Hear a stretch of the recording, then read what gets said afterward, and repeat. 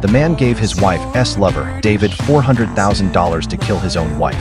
After setting everything up with David, Tyler walked up to a mailbox and mailed several photos of his wife's affair to himself under David's name. That night, while his wife Emily was changing clothes, Tyler quietly removed her key and hid it behind a pipe. Then he grabbed a spare phone and went out to play cards. A masked man slipped into his house according to the plan. Tyler then used the spare phone to call the house. An unsuspecting Emily answered the phone.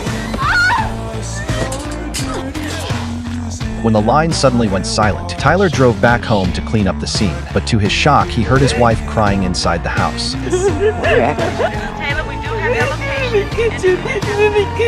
He quickly learned the police would arrive in 30 seconds. Tyler took the key from the dead man's body and hurriedly placed it back in its original spot. When the police removed the killer's mask, Tyler realized David had hired someone else to carry out the murder. The next day, when Emily came home, she discovered her key could no longer open the door, which made Emily suspicious. Emily immediately went to the killer's apartment and inserted the key into the lock. The door opened. At the same time, Tyler received a blackmail call from David. David had secretly recorded their conversation about the murder and demanded $400,000 in exchange for the tape. With no choice, Tyler withdrew the money from the bank. But when he returned to his office, he found Emily sitting behind his desk. She demanded to know why the killer's key had been hanging on her keychain. He showed her the letter he had mailed to himself and explained that David had threatened him with violence from the beginning. He assumed the dead man was David. Since there were no signs of forced entry, he believed the killer had used the key she gave him. To prevent the police from discovering her affair with David, Tyler said he staged the crime scene.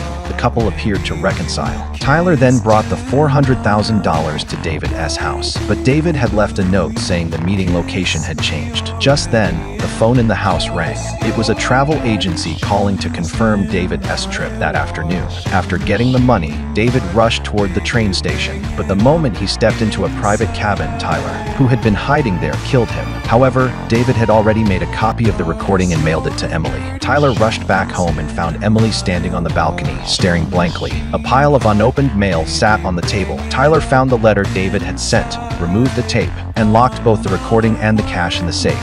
While Tyler was in the shower, Emily discovered the bag of money. Curious, she looked inside, but it was empty. When Tyler came out of the bathroom, Emily told him she was going out. Before leaving, she reminded him to change the door locks because she still hadn't found her key. As soon as Emily left, he quickly retrieved it. Was that this had all been Emily's trap? She had already opened the safe and learned about Tyler's murder plan. When Tyler saw Emily holding the recording and preparing to go to the police, he immediately tried to stop her. Furious, Emily punched him, but Tyler had no intention of letting her leave. In the end, after a violent struggle, Emily shot Tyler and killed him.